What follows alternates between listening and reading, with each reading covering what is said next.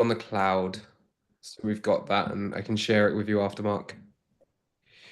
Stuart, just if you can hear us, hopefully you can. We might just wait a couple more minutes to let a few more people join, and then we'll get started. But Stuart, if you have any questions for us as well, feel free to put those in the chat. Yeah, sure, will do. Hi. Ah, there he is. Good to hear from you. Yeah, so just grabbing a coffee. No problem. No worries. I was just finishing mine off.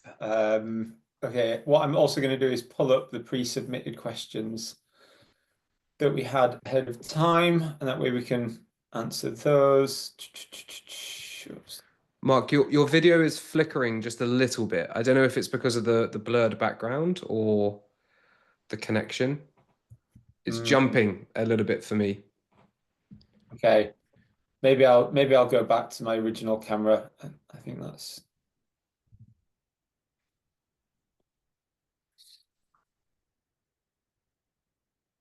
probably going to be a bit more stable for this. There you go. So, is that better? Yeah, it doesn't seem to be. Yeah, it was just flickering, really a bit odd. But it could be that the cable was just a little bit loose with the other camera. Yeah, it could have been. This is my inbuilt laptop one. Right. So, all right. I just need 2 seconds to pull up the question. Yeah, no worries. Am I the only attendee then? Well, The lucky one and only Stuart at the moment. yeah. Yeah. Okay.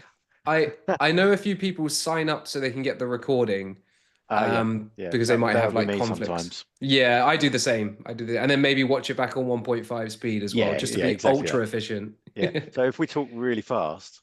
Yeah, we'll mess it up for them. Okay. No problems. Well, okay, so this is going to be interesting. If I better listen and get my questions ready then. Yeah, sure. Well, if you have any questions, we're happy to start with you, Stuart. Do you know, I'm more along really to see what it's about. Okay. I responded to a cold outreach, and just and then it was just a question that I asked them and it directed me to your company.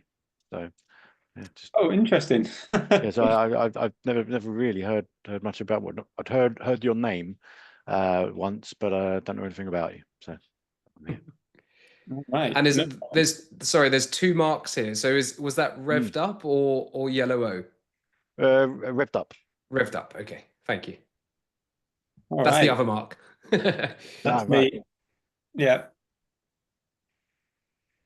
Okay, I'm going to move this down here, and then I'm not looking so far up. All right. Well, I've got all the questions. It is 5 past, so I know we did have, yeah, more signups than this. But as you said, maybe it's just for recording purposes that people wanted to be in here. So I guess let's run through the questions that we did get ahead of time. And yeah, Stuart, if there's any ad hoc questions you have as we go through or points of clarification, do let us know. Ah, here we go. We've got one more joining. Yeah, I'll keep an eye on the waiting room and let people in as we go. All right, fantastic. Um, cool. So the first open it up. So the first question we had was, how do you run ABM initiatives to companies that have under 50 employees? So quite an interesting one, right? Because normally people tend to think about ABM as going after large enterprises with thousands of employees. This is quite different. Yeah, go on then, Mark. I'll pose this one to you first. Yeah, I think rather than the strategy, I think it really comes down to what your average deal size is. Because, for example, a client that I'm working with at the moment, they work with Microsoft, Google, Samsung, and they produce some incredible videos for them, whether they be like a Sky Sports video with the Formula One team or something to do with Manchester United and DHL. Like a cold email just isn't going to work for them, even though they're a small company. But they're reaching out to much larger companies. But I don't think the company's size necessarily should dictate whether you should or shouldn't do ABM. I think it's the deal size. And when it comes to running it to smaller organizations, even if it is a 50-person organization, there's still only going to be a handful of people that you'll be needing to reach out to. So I think if the deal size can allow for it, that's the first point. But my advice would be to run the similar campaigns and it will be much easier because you've got less data to orchestrate, and it will be a lot easier to find the people that you're trying to reach in the first place, because a brand manager at Samsung is really difficult to know whether they're the right brand manager at Samsung versus I'm not sure who the target personas are that this person is trying to reach out to. Yeah. So my my thinking on this is like broadly, I break ABM down into like three constituent components. So it's like what do you need to know about the account? So there's like the insights and research that underpins a good ABM strategy in the first place. Then you've got to take those insights, connect it to your value proposition, messaging, and so on, and create hyper relevant messaging for that account and all of the stakeholders within that account. And then there's the channel strategy, right? How do you deliver that content to the stakeholders in this target account, where they will spend their time, right? Where they're hanging out. Now, traditionally, ABM like got popular really from enterprise companies running ABM campaigns to other enterprise companies, right? So it would sustain a six-figure deal size, and they could afford to spend 10K on a single deal to land that deal Hmm. easily, right? And so the thing that like ABM used to do was you'd actually have a team of researchers or like at least an individual go in and manually researching these accounts, these stakeholders, like they'd read the 10Ks, they'd look through their news articles, they'd read their blog posts, like really understand about them. And then they'd spend a lot of time on personalizing individualized landing pages and splash pages for them. They'd create unique assets for them, unique videos. And then they wouldn't think twice about inviting them to, steak dinners, taking them Hmm. to sponsored sports events and so on. And they'd happily splash the cash, right? So that makes sense when you win in a deal that might be worth £1 million. If you're trying to do that for companies under 50 employees, the likelihood that they're going to spend six, seven figures with you is relatively low.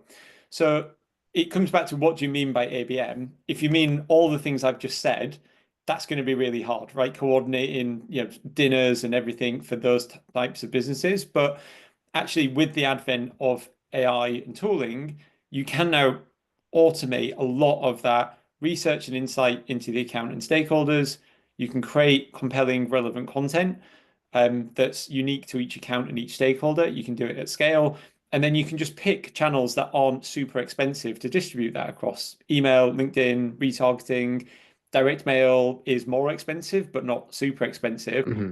And that way you can justify running an ABM campaign to thousands of accounts of under 50 headcounts, if that's what you mean by it, right? So that's how I would think about it. Yeah, I think it's similar to what I mentioned as well. If the deal size can afford it, but you're right, if it's a 50-person company, they're probably not going to be spending, unless it's one of these new AI AI software development agencies that doing 15 million ARR with 10 people. Yeah. Um, yeah, if the deal, you have to work out the unit economics of how much can you spend to acquire this customer. But as Mark, the other Mark mentioned, the technology these days allows you to do this. But also keep in mind that that enterprise to enterprise play where you're looking at a vast amount of data, like 10K reports and public news articles about the companies, they're probably not going to exist for a 50-person company. So by my advice is always to default back to what are the problems that these people are facing, which are related to your product or your service, whatever it would be, and focus on those as well as some of that research too, because you're just not going to have that depth of data that you would with the much larger company. One other thing I'd add there though, Mark, is if depending on the industry, again, without more context, it's hard to give a more direct answer. Uh, if depending on the industry, there might be some industry events that are happening, and I would then try and take advantage of those industry events who are going to pull the crowd of people. So I think Web Summit here in Lisbon, where I'm based, I would if my target accounts were likely to attend Web Summit, I'd probably try and throw a happy hour or organize a dinner when they're already in town. You could say the same for any London event, any SaaStore or SaaStock in Dublin as well, just to capture the footfall that the event is putting through. If they match, Yeah. of course, it's hard to know. Yeah. No, great advice. Um, Amy, I know you've just joined, so before I push on with some of the other pre-submitted questions, want to check, given you've made it live, are there any particular questions or things that you wanted to get out of today's session? Hi, I'm just listening in for the time being, but I'm sure I'll have some questions, so I'll put them in the chat as soon as I do. No problem. Sounds Thank good. you. All right. So the next question was one that I actually tackled a little bit on LinkedIn yesterday because I thought it was quite interesting. So, what's a happy medium of systematically reaching out with generic email sequences versus personalized email sequences? What are your thoughts, Okay, Mark? I don't think you should send generic. Number one would be the first thing I'd say. I wonder if they mean, when they mean generic, do they mean problem or pain point based? I don't know, I guess they would have said that. So Yeah. yeah, don't reach out with generic. The thing that I say in all my training is you can't sell car insurance to somebody who doesn't own a car. So first of all, you need to find out whether this person owns a car, and if they have a car, when does their insurance renew? Because that's a really good time to reach out to them or to start a conversation if you're selling car insurance. So yeah, I think with all of the technology and when we say technology, Mark, what do we mean? We're talking Clay, we're talking Twain for copy, Revved Up as well can handle a lot of this personalization. Yeah, I mean, there's so many tools out there, right? My take on this was there is no reason to send generic emails these days. There are so many tools out there. Yeah, whether it's um I mean my sales pitch, I guess, would be like there's multiple different ways to solve it. So one would be using like if you think about that whole end-to-end tech stack that we've spoken a few times about, Mark, right? There's like building your list in Apollo, pulling through key pieces of information from there, maybe further enriching it in Clay to look for like additional signals. You might need to further enrich it, email validation through lead magic or something along those lines. Maybe you want to overlay social signals with Triggerfy. Like there's that you can get as cute and sophisticated and complex as you want, or relatively simple, and you can just say, hey, I think this person matches this segment. I want to personalize these bits of the copy. There's lots of different routes to doing it, but there's no reason that you need to send one message, right? And my point yesterday in my LinkedIn post around this was if you do that, it's not only bad practice and unlikely to get responses, but it's very likely that you're going to end up with all kinds of domain issues. You can probably get flagged as spam. There's a lot of issues. The deliverability of your message is going to be super low. Like you've got to, as best as possible, if you're going to send, because the word is systematically, right? Like if you're, Mm. I read in that we want to send a lot of cold outbound emails. If you're going to do that, every message needs to be unique in some way, shape, or form. And going back to my sales pitch, there's lots of different ways. You've mentioned Twain and Clay. Like there's so many different tools you could do. Or yes, Revved Up kind of integrates the best of all of those into one simple platform that will do that kind of end to end. Yeah, I've just finished wrapping up a course on list building, and it's 2 hours of content, which I didn't plan for, but I went into a lot of detail into how to think through list building. And part of I guess, the lesson in there is that the list can be your message. Mm. So if you are refining data or if you're enriching data with additional data points, such as key hiring, number of open roles, it could be things like locations of companies. All of these different data points can help you make that message more relevant. And as you say, Mark, putting those into the message can make each message slightly unique. Um, I think don't fall for the trick of, okay, just if I just put a customized first line, which says, hey, Mark, I see that you went to Nottingham Trent University. What was your favorite nightclub? By the way, we've got a HR employee management software tool that I think that you'd love to see book a demo. Like that's not, it seems to be on a spectrum, Mark, in my opinion. There's these really bad AI generation tools that help you do first lines, Yeah. which have nothing to do with the solution or service or product that you're actually reaching out to. And then on the other extreme, you've got the 100% personalized message for tailored to the specific prospect using tools like Clay, Revved Up, and Twain. Yeah. I think there is a middle ground as well, but yeah, don't think that doing a personalized first line makes it not generic. Does that make Yeah. sense? It makes complete sense. I'm really smiling because I saw a tool yesterday that's offering this, and their example on their homepage of how they personalize stuff was the Yeah. exact example you just given of not what not to do. Like, hey, I saw you attended so and so university, and then yeah, move on to an irrelevant product.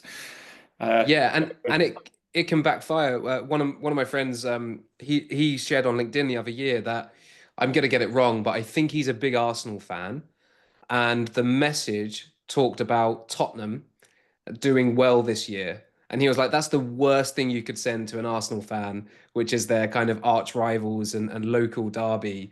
So yeah, and you can easily throw a hand grenade in your email without realizing it because you're trying to be cute and smart. 100%. So let me ask, because I don't know whether they mean this. There's one other variant to this, right? Which is, let's say we agree email one should be very personalized, right? Throughout, not just personalized, but relevantly personalized. Relevant. Using signals or whatever research you've done that relates back to the problem you're trying to solve, right? Like, let's agree on that. Email one needs to be very, very bespoke. What about email two or email three? Like, is that where you can then balance a bit more of a just bumping this, checking you've seen it, like that type of thing, which has been a standard fare of sequencing for many years? Or does that have to be personalized and bespoke as well? It depends how easily available the data is that you're trying to personalize by. Um, my approach usually is to provide something that's valuable that would help them solve a problem. And that can be quite quote unquote generic in the sense that I can send that same message to lots of similar prospects because they're likely experiencing the same challenge. Mm, So it doesn't have to be personalized. I've had this struggle before about personalization and relevancy or customization, but of course put their first name in, maybe their company name, but if it's a valuable resource that will help them solve a problem, then maybe you can do that. When you can't do that though, Mark, is one of my clients at the moment sent me their ICP. The ICP is a one pager and it says companies from 1,000 to 10,000. And that's just way too broad. You can't send similar messages to a company of 1,000 to a company of 10,000 because they have wildly different challenges. They have different scale to their problems. So you really need to go via the segmentation. So I guess my answer is if you're segmenting correctly, you could probably get away with not doing this hyper personalized and customized message to the individual because you can fall back on the likely pain point or challenge that they're facing. yeah, got it. I think that's really, really good advice. Really solid. Um, Let me just pause and ask, yeah, Stuart, Amy, anything to build on there that you'd like us to, or if not, I can move on to the next question. Uh, Carry on. I'm just trying to sort of figure out sort of how my work sort of sits within this, because again, it's quite varied. So I work with chief information officers and chief information security officers, largely from the FTSE 500, the Fortune 1000. But within that, you've of course got your different market segments, industry types, geographies. So I'm just trying to understand how I can start to automate some of my processes because I'm a little bit old school. So Got it. So you've got a broad ICP, a bit like Mark's saying, but you need to figure out how you can drill down into their unique firmographics, whether it's industry, company size, etc., to then tailor the messaging. yes, and I suppose the way that I've traditionally done it is referrals out from customers that I gain, and that's how I sort of mushroom out in that way. But I want to start working at scale because I oversee the EMEA and the North America portfolio. So what we do is we host business to business events in the CIO and CISO space. That's my realm. Mhm. And those will be sort of industry agnostic. So I can mushroom out of my existing clients in their specific industries, but it is industry agnostic. So I am looking to sort of broaden the scope of the people that I'm working with. Yeah, that makes sense. I actually started my career in the events, B2B events space. I worked for First Conferences, which no longer exists, and then Clarion Events. Okay.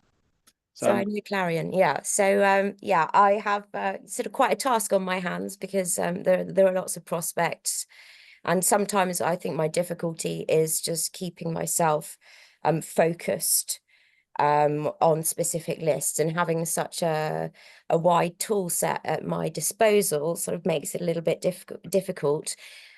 Back in, 10, 15 years ago, I'd just be there with a piece of paper with their company HQs on them, asking for the CIO or the CISO. But obviously, it's a much more dynamic landscape these days. Mark,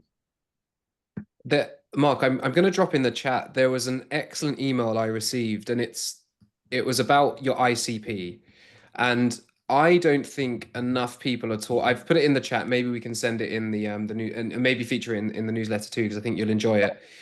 I don't think there's enough people talking about ICP and personas, because people think that you build an ICP and then you just say the people that work in those companies. But within an ICP, you might have different verticals, different verticals, or it could be horizontal.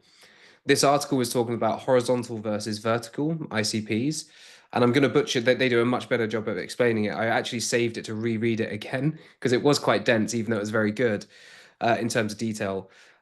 If the problem is very similar across a large horizontal section, then you could probably segment and personalize or make your message relevant on the pane. However, if it's a vertical ICP, then you may need to do more of an individual on an account level. So, Amy, back to your point, if I was looking at your ICP, let's say, I would be trying to think, well, are there any particular verticals or sub-verticals or geographies that are experiencing more challenges than others? A great example is a friend of mine runs it's like a subtitling tool. So you put in your video, it automatically adds subtitles, and it also can translate those into dozens of different languages. There's an EU regulation coming in, so just for Europe, that is going to impact FTSE 500, FTSE 50 companies. Basically, any company with over a certain amount of employees, they have to have inclusive media internally. Now, a year ago, before that regulation came out, my friend was targeting lots of different types of companies. Now, because that regulation is coming out, she's running campaigns specific to that regulation to companies who fit that criteria in the EU. So it doesn't mean that her whole ideal client profile or any potential user has changed of her business. She's just identified like one segment, I guess, that would be more likely to act now because something is changing. So that'd probably be a question I'd pose to you, is to think about, yeah, are there any patterns or are there any things happening that might indicate that this type of company or this vertical might be more interested in, not more interested, but have more of a need right now? Thank you. And just one other quick question, Amy, and then we'll stop. Picking on you because you didn't quite volunteer for the live session. But are you trying to drive delegate sales or sponsorship sales or both? Yeah, so I'm on the delegates, the consumer end consumer side of the business. Okay, cool. Maybe we can take it offline, but I've got some thoughts again about how you match up your program with like the different segments, and like, it sounds very basic, but again, I know from traditional tools it'd be really difficult to pull out, these are the top 3 speakers and they're all from the same industry, and match that back to a particular industry on the receiving end. Whereas now there's more dynamic ways that you'd be able to do that. So that way it will feel like the agenda's really built for them in a particular vertical or a particular like subsection of your job title. Yeah, definitely love to explore that later. Thank you. No worries. Okay, cool. And welcome Sabir to the office hours as well. So we've been covering off a few pre-submitted questions. I don't know if there's anything that you came with, or whether you were just interested in hearing what we're discussing in general. No, hi. I just came in to jump in to kind of hear what any questions that were going out. So, as you know, I'm trying to just rebrush up my skills. So I thought I'd. No problem at all. So there was another one. This one's specific for you, Mark C. I'm exploring Clay. So you've just come back of a specific Clay session to improve our tech stack around outreach. What's the best way to start as their tool is quite broad? Yeah, okay. So that's again a tough question, and I really struggled answering questions on the clay session, especially around like how much does it cost to do X? And it's like, well, it depends on what X is and how many rows that you're running. The best way to think about, or the simplest way to approach clay is go to clay or go to the tool with a specific use case in mind. So to give an example, a company who have 10 account executives who are manually researching data points on their target accounts, all we're doing in Clay for them is taking those target accounts and doing that research for them. Now, Clay can do so much more, but the reason we're starting there with a use case is because it solves one of the biggest problems that the company has. And then it also by implementing that particular process, you start to understand how Clay works and you start thinking, oh, can Clay do this? Can Clay do that? So for outbound specifically, it all starts with what are you trying to achieve with outbound and what lists are you not what you're trying to achieve, sorry. What are you planning to send in your messages? Whether that be scripts for cold calls, emails or LinkedIn, direct mail, whatever those channels may be. You need to start with the end in mind because what you want to say in your message dictates what data you need to build from your list, for example. If you want to talk about the number of open roles that a company has in your message, then that is a data point that you need to find, which Clay can help with. So I think the first step is to plan out your campaign and specifically note down the things that you want to be saying or the way that you want to segment your campaigns. Mark, I feel like I'm a bit deep in the weeds here, so feel free to ask me any questions to expand on that further if that doesn't make sense. I was actually, I will. I was just a bit of a tangent. I was just ruminating based on this question. Like everyone tells you with go to market, the number of any business, right? It's like you've got to, you cannot be a solution in search of a problem, right? Mm, But Clear has built such a buzz around it. Is people are like, I just want to use it. yeah. I don't know why. I don't know what I'm trying to solve. I don't care. Mm-hmm. I'm just going to figure it out. Like they've become the antithesis of that. They're like, we're going to attract everyone, regardless of whether there's a problem that we specifically know we need to solve. We just want to figure out how to use Clear, Yeah. which is like super testament to their like go to market and brand marketing side of things. Sorry, I got a bit distracted. No. Like yeah, I'm hearing it all the time. It's like I've heard of Clear. I don't know why. I don't know how Mm-hmm. to use it. I don't know what to do with it, but I just want to try it.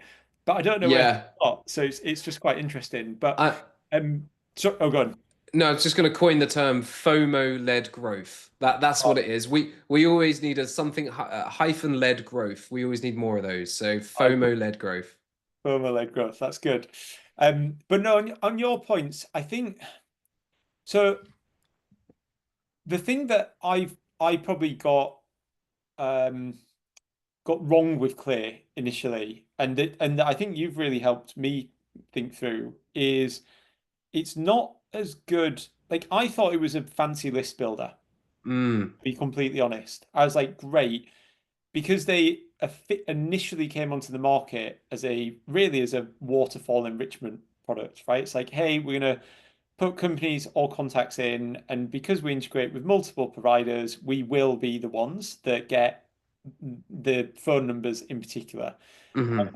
I think there's been like my challenge with using Clear in that route, in that way, is twofold. One, unless you already subscribe to all those providers that they waterfall through, it can be extremely expensive. And you did Yeah. hear that, right? People rinse through credits, and it can be actually quite eye-wateringly expensive if used. Mm-hmm. And two, it's still ultimately based on LinkedIn, right? Yeah. Data predominantly, like every other data provider is. So it's not as good at list building as I was imagining. But what it is good at doing is like helping enrich some of those contacts once you've already built your list. And particularly like the other thing that I was looking to use it for was things like finding technographic information, finding website traffic by using things like SimilarWeb and Built With and other tools. But again, it becomes really quite expensive to use for those purposes unless you've already got subscriptions with them. So yeah, I don't know if that answers the question, but I would say don't necessarily start with it from a list building perspective. You might actually be a little bit disappointed. It's anyway, yeah, I'll pause there. I've Yeah, thought about how we might use it more. I agree with you, Mark, on all of those points there, and I'll give two different examples. A conversation I had with a business owner last week where they were asking me how to use Clay, and my answer was you don't need to use Clay.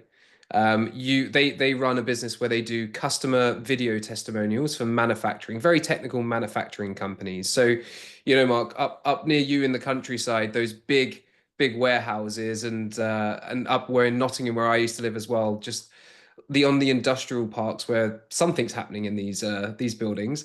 That's the type of video testimonial, the companies that they do it for. He already has a list of people on LinkedIn that he's connected to, and he wanted to know how to use Clay. And my answer was, you don't have to. But he was pushing back saying, but I want to. I want to use AI, but he really didn't need to in that particular use case. Where it does become relevant, another client of mine, they have a target list of accounts, and what they sell sales training to sales organizations. So what's really useful for them is how big is the sales team? How many open roles do they have? How many SDRs are they hiring? Do they have a sales enablement team? And does so that's all account level data. And then on a contact level data, did this person start there in the last 3 months? Now that data is very hard to build in that more traditional filters in a database using Apollo or Zoom Info, whereas you can enrich those in rows in different columns on Clay in one big table. And then you have a few different options for your messaging. They headcount growth has decreased, they don't have sales enablement, then this is the message I should send to them. Headcount growth has increased, they've got open roles and an enablement team. My message needs to be slightly different to those people, even though I'm selling the same service or solution. And there's lots of different variations that you can do based on the data that you enrich with. Yeah. Yeah. So for me, like the reason I would use Clay, like the reason why we use Clay, and there are competitive elements between RevDup and Clay, but we will still use it to help refine that initial list. Mm-hmm. Right. To your point right at the start of this office hours, we're trying to know if we're selling car insurance, do they actually own a car? And it's quite a good cheap way to sense check that. We will then put that list into RevDup, and RevDup will then provide whatever additional research you need on that account and that company, like all those things that you just said. You can also get them on Clay. That's like the competitive overlap. But then we set up logic within it within RevDup to then iterate through those different angles, and it will match to your persona, right? So it will say, okay, based on this research, based on these angles, this is a good fit to this persona. We'll use this messaging, and then it will be the strongest hook, and that's a little bit more complex to achieve in Clay. It is. I'm not saying it's not possible, but that's the where you might shift things to a tool like RevDup. Yeah, I think you'd need a Clay expert to help you do that relevance to the persona, the hook, and testing of the message, because it can be very cumbersome to do that yourself in Clay. Just another real quick example of where I think Clay can be used by the majority of people, but it requires you to have an OpenAI account, not ChatGPT. So you might be paying 20 or 200 a month for ChatGPT. What I mean is the developer side of OpenAI, but you don't need to be a developer. You just have to click one button and connect it. So I have a subscription to OpenAI API. I struggle, Mark, every time I say it, I struggle to say it. A really good example was a friend of mine actually runs an agency that does user onboarding for companies that have a free trial. There is no data set that exists that says these are the companies that only offer a free trial. So what I did for him was we pulled a list of every SaaS company or 10,000 software companies. Then we connected Clay to OpenAI API, used ChatGPT 4.0, and then we got it to go and check every website to look for the call to action of free trial, start now, get started, all these different variations. Let that run. I think it cost $7 for 10,000 records, 10,000 checks. Then he was left with a short list of, let's just say it was 2,500 companies. Yeah. I don't think that's possible in any other tool I at fully scale. agree. Yeah. I fully agree. That's how I use it. So we use it with a client for very, very similar, right? They wanted to reach out to agencies, but they only wanted certain type of agencies. So we used it to check, what type of agency services did they offer, and did it fit their ICP, and it reduced the list of 5,000 down to 2,500 and saved. Yeah, so I don't think it can quite replace what a human could do, but it's getting close. And as OpenAI and other sort of course, large LLMs are being developed, it will get better. But I used to run a lead research company for Mark, I know you know that, and we had 100 people who were manually, and humans were going through checking data. One of the campaigns that we were working on for a client was we had to go to Google Maps. We had to look on the Google Maps photo in very small white font. There's usually or gray font. There's the date that the photo was taken, 2022. And then we had to count how many buildings had solar panels on them. And if a building didn't have solar, we then had to work out what door number they were. And then you had to switch to Street View for that.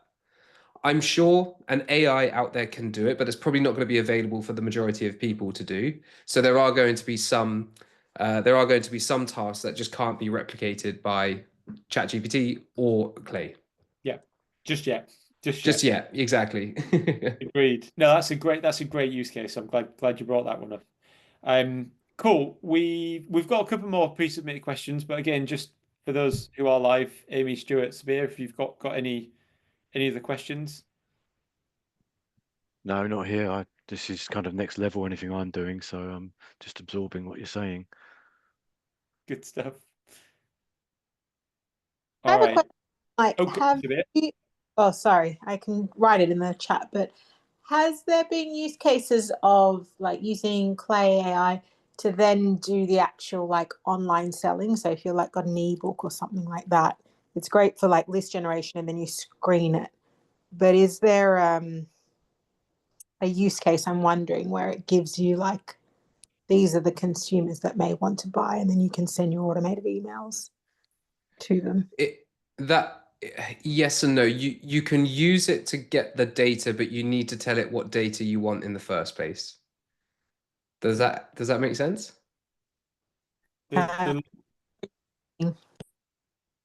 lookalike audience list building side of things isn't brilliant, if that's what you're saying. Yeah, so you can like, here's what people have bought, like here's the people that we think has built. Can you tell me and go and find more people that look like who would be very likely to download or very likely to purchase? It depends as well, Sabina. Like if your ebook is the HR guides to remote hiring, the HR manager's guide to remote hiring, then that would be quite a tangible list that you could build, because you could argue that any HR manager who has who is hiring remotely would find that valuable. But if it's very much a B2C and quite a broad audience that the book would be of interest to, unless you can build out like interest groups or segments of this larger audience, it might be a bit hard to use Clay for that B2C element to it. It sounds like the key is the ICP. As long as you know the ICP group, then if you can feed it the right information, it will find you relatively what you're looking for, I guess. As a starting point. That's a pretty good starting point. Yeah. Okay, that's helpful. Thank you. Yeah. Is there other tools that you'd recommend, Mark, for building out lookalike audiences? Like we've tried Freckle, which is a Clay competitor that positions simpler Clay. I know there's like Panda Match and Ocean. I don't know if you've got any recommended. Yeah. So Freckle uses Ocean. So they just have a plugin to Ocean on the back end. So the lookalike matching is Ocean's. Panda Match is a newer version, sorry, like a competitor to Ocean and a lot cheaper because they're newer and they haven't got the same costs as Ocean. I think they work much better on the company side. They are testing individual lookalikes, so finding people that look similar. But take a look at my profile, Mark, or take a look at yours. Anyone that's been a consultant for any period of time, it would be quite hard to find a very similar match to you, because if you go down the consultant route, you might have some McKinsey consultants in there. If you go down the GTM route, you've got GTM agency owners there. There are just so many ways that it can go wrong. And I don't think the technology is quite there yet for the individual lookalikes. I agree. We've been underwhelmed by the various ones that we've tried, particularly from a contact level perspective. Like the account ones are okay, but it depends how big you need that list to be, and Yeah. it gets bigger around the edges, it gets weaker and weaker. So yeah, we've found it's less good. All right, we've got. I mean, we can run to the hour, but I've just got one other pre-submitted question that I think would be. In fact, I think we might have tackled it with the Clay. The question was, what are the most underrated prospect filtering techniques that can improve outbound campaign results? But we've kind of just tackled that with the use of Clay and the connecting it to OpenAI API. Yeah, and then but to finish that off, Yeah. it's then having targeted messaging based on the segments that you're building. Yeah. So I go back to that example that I use. They have headcount growth, they have open roles, and they don't have X job title, then they need one message. If they have shrunk in headcount growth and they're not hiring right now, maybe you don't message them right now. Maybe it's not the right time to send them a message. So it really comes back to understanding those nuances within your ideal client profile. And I think this is a really nice full circle, Mark, into having just one ICP, which is really broad with just a few job titles, just isn't enough these days to make outbound work. And you almost need to have multiple ICPs with multiple sub segments in them. So to give an example for me, and Mark, you know the work that I do, I can work with tech companies, I can work with agencies. That's two different ICPs. On the agency side of things, I can help most agencies, except for those that do like real creative pitches for brands like Adidas and Super Bowl adverts, because it's just not something I've done before. But my message to an email marketing agency might be very different to a paid ads agency. So within one of my ICPs, I've got sub segments of that ICP, and I haven't even talked about the personas yet. So there's almost like this matrix that you need to build of ICP and personas that I know you and I have spoken about at length, and I'm still not closer to explaining it and articulating it in an easy way.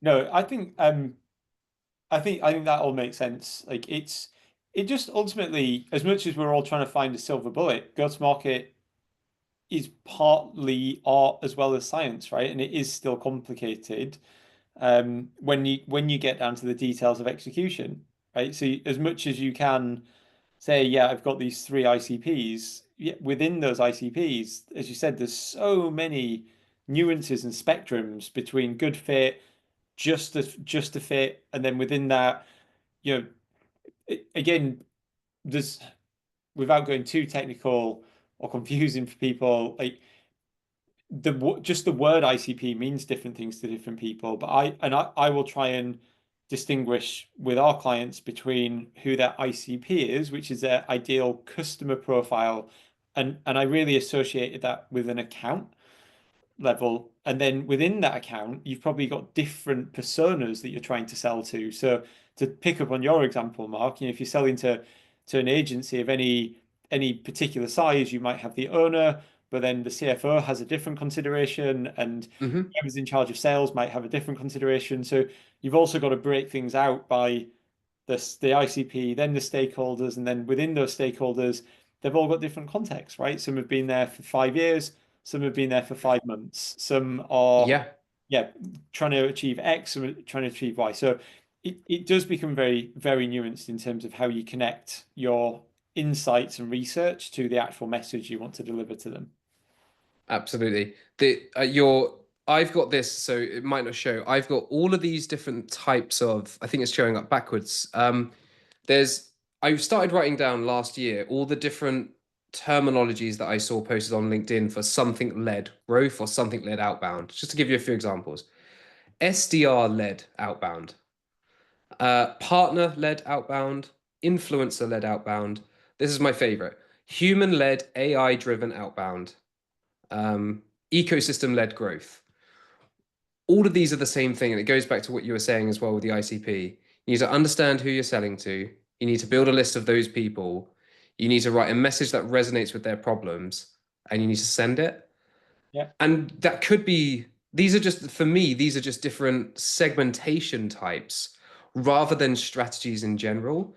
And a lot of GTM consultants might hate us for this, but GTM, you could boil it down and simplify it into those number of steps that you and I just shared.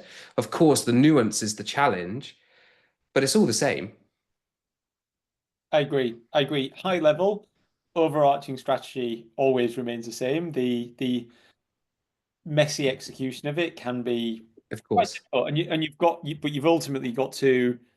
That's where like well-paid go-to-market, whether they're consultants or in-house leaders, that's where they earn their money because you've got to distill that overarching strategy into tangible tactical playbooks that work, and that's where the different channels might, you might select a different weighting of different channels.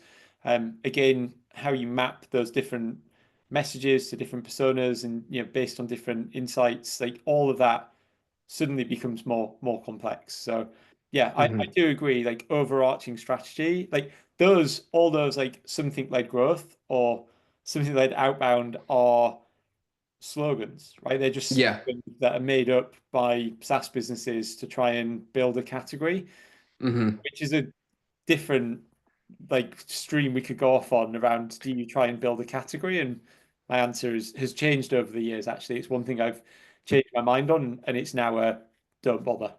Right. Yeah. Yeah. Maybe we can save that one for the next office hours. Yeah, I think that would be a fun one to explore. Cool. We've just had a new joiner. Let me check before we. Oh, Stuart, I suppose it's difficult to pinpoint which are typically the best categories for segmenting. When you say categories, do you do it via job title? Do you do it via industry vertical or those, company size? Is that what you mean? Hello, totally easier here. Yeah, I mean, we've been talking a lot about drilling down to different persona. And I just wondered if there were kind of go-to types of um, criteria to categorize people by, to define which box you put them in for, or what list you put them on. Yeah, I'll give it a quick attempt at answering this, but I think it comes down to looking at if you have existing clients and you have that data already, so looking at your existing clients and thinking or analyzing who's the best client to work with, who's not giving support as many issues as others, who's paying more, who's using more of the product or the service. Of course, this is nuanced depending on what it is that you're selling. And then also one thing that a lot of people don't talk about is how easy are more people like these to find, because some segments are a lot harder to get in front of or even locate in the first place.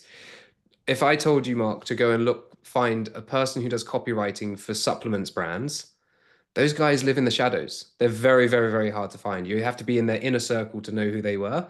So if you're trying to sell to them, you kind of have to already be in that inner circle, or if you're trying to identify them. So yeah, look at the existing data, see if there's any clear patterns or trends that people or the companies that you're selling to see you as a painkiller and not just a vitamin, because that is what really moves the needle in sales. Yeah, and Yeah, just okay. just. Oh, sorry, you're on, Stuart. No, I was just saying okay, but yeah, you go ahead. So just to add to that, so like Mark said, the place to go, particularly if you've already got an existing business, to try and find the answer, and you need to do this work backwards approach, is looking at the data, looking at the CRM, and particularly you want to look at your best fit customers, right?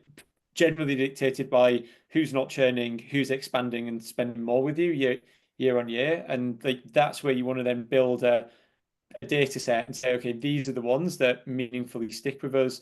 What do they have in common? This is going to help us figure out, oh, it's interesting, right?